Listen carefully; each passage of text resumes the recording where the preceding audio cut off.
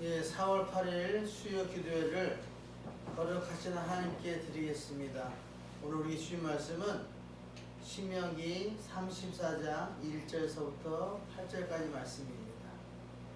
서로 교독합니다.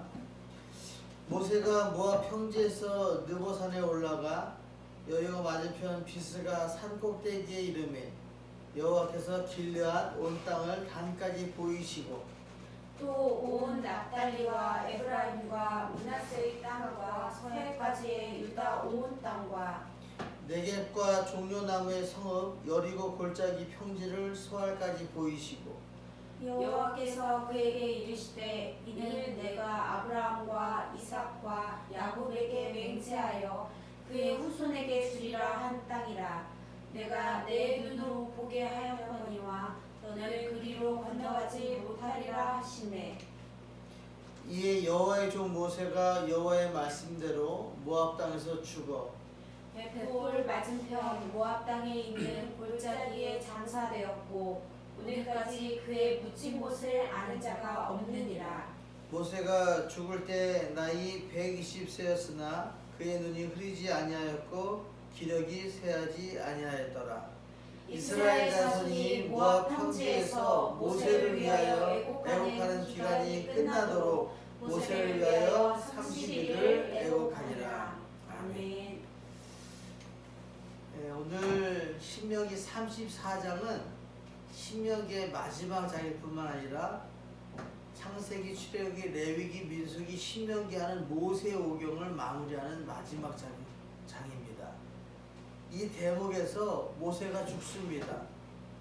위대한 지도자 모세는 죽으면서 이 모세가 죽었기 때문에 하나님의 구원 역사가 끝났을 것이다 이렇게 생각하지만 오히려 모세가 이끌던 출애굽 시대는 끝나고 여호수아가 이끄는 가나안 시대가 열리게 됨을 의미하고 있습니다.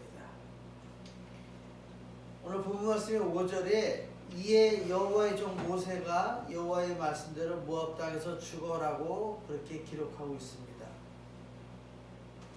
신명기를 마무리하면서 이 죽은 모세를 성경에서는 여호와의 종 모세라고 부릅니다. 신명기 33장 1절에서 하나님의 사람 모세가 죽어 이렇게 얘기합니다. 그러니까 여호와의 종 모세는 하나님의 사람이었었고 하나님 편에서 하나님의 말씀에 순종해서 하나님의 일을 한 사람이다라고 그렇게 말씀드릴 수가 있습니다. 더욱이 이 죽은 모세는 그 시신마저 묻힐 곳을 알지 못하고 장사되었다라고 그렇게 기록합니다.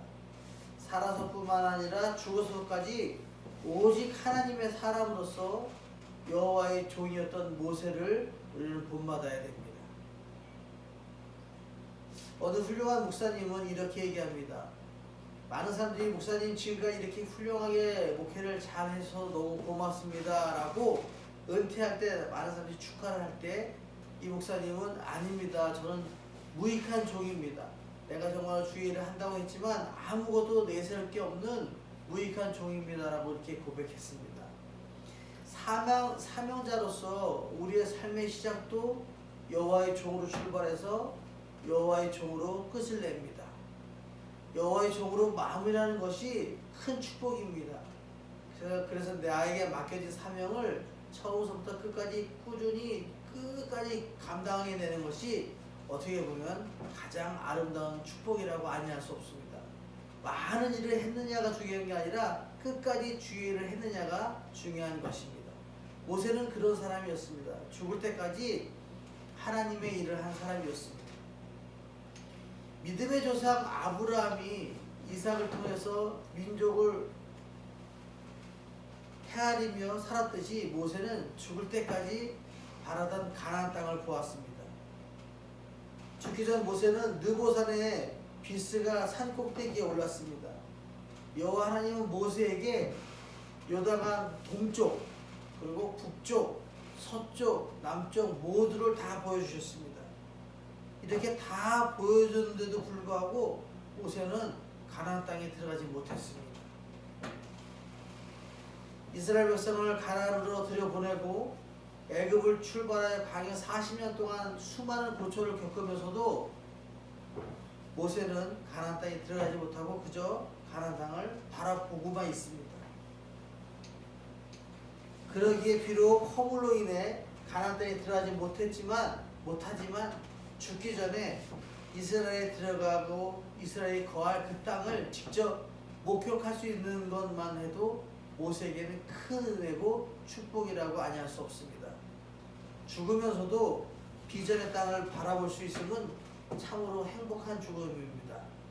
그렇게 바라고 소망했던 가나안 땅에 들어가지는 못했지만 모세는 살아생전 가나안 땅을 바라볼 수 있었습니다. 이렇게 모세의 모습을 보면서 갑자기 예수님이 생각납니다. 가나안 땅에 들어가지 못하고 산에서 죽은 모세를 보면 주 예수님이 생각이 납니다. 우리 주 예수님은 우리 죄를 사하시려고 하나님의 아들이라는 그 높은 보좌를 버리시고 사람으로 오셨습니다. 이것을 성육신하셨다고 얘기합니다. 그리고 사람들과 함께 사셨고 그들과 함께 생활했고 마침내 사람을 위해서 사람들에게 매맞고 골고다에서 십자가에 못 박혀 죽으셨습니다. 모세도 우리 주님과 같이 그런 모습이 있습니다. 모세는 바로 궁정의 왕자로 살았습니다. 그러나 장성했을 때 믿음으로 바로의 공주의 아들로 살아가는 삶을 포기하고 하나님의 백성과 함께 고난받기를 더 좋아했습니다. 히브리서 11장 24절에 믿음으로 모세는 장성하여 바로의 공주의 아들이라 칭함받기를 거절하고 도리어 하나님의 백성과 함께 고난받기를 잠시 죄악의 낙을 누리는 것보다 더 좋아했다라고 그렇게 성경은 표현하고 있습니다. 그리고는 자기 자신이 아니라 오직 하나님의 백성만을 위해서 살았던 모세는 그 백성이 들어갈 가나안 땅을 바라보며 느보산에서 죽었습니다. 요단강만 건너면 그렇게 바라고 사모했던 가나안 땅인데도 불구하고 그 절에 들어가지 못하고 죽었습니다. 모세의 소원은 가나안 땅까지 이스라엘을 이끌고 들어가는 것이었습니다. 그러나 하나님께서는 여기까지라고 말씀하십니다. 거절에도 불구하고 하나님과 모세의 신뢰관계는 흔들리지 않았습니다. 유한한 인간은 주어진 상황 속에서 최선의 소망을 하나님께 아뢰 수 있습니다.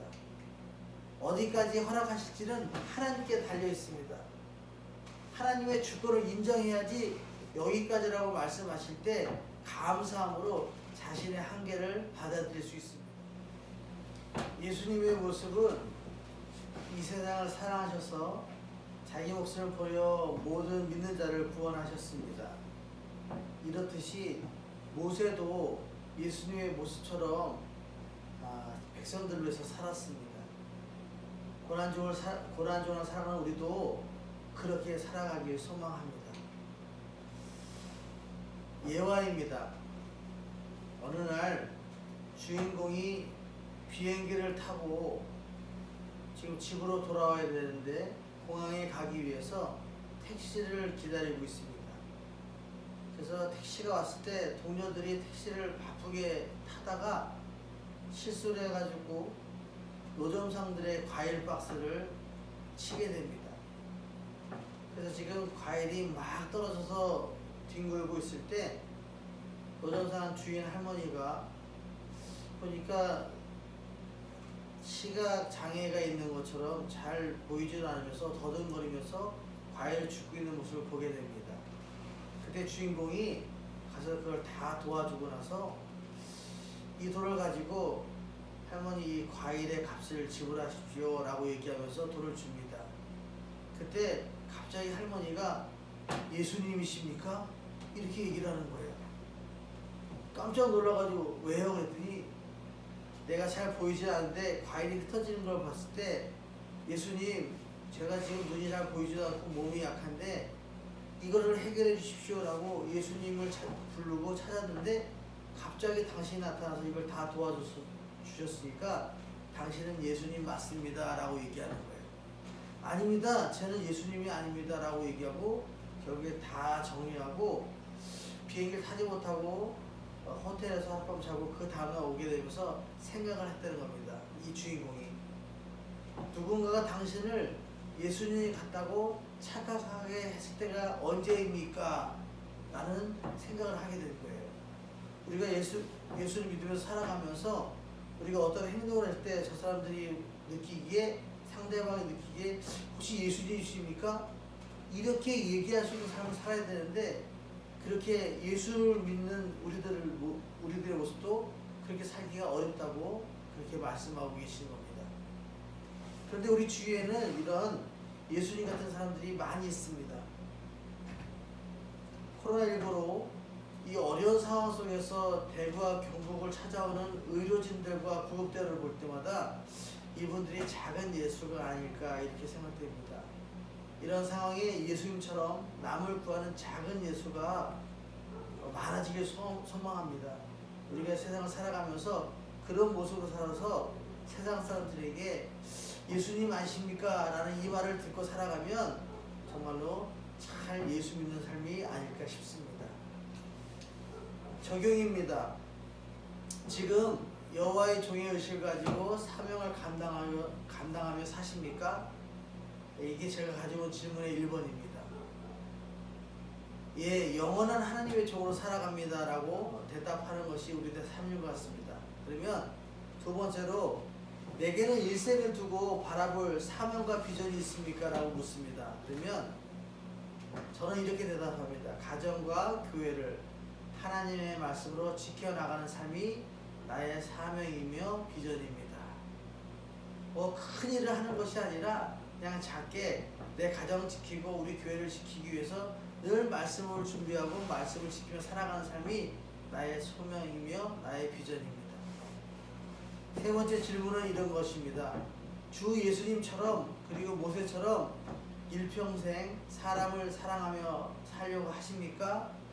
이런 질문에 우리는 아멘이라고 대답했으면 좋겠습니다.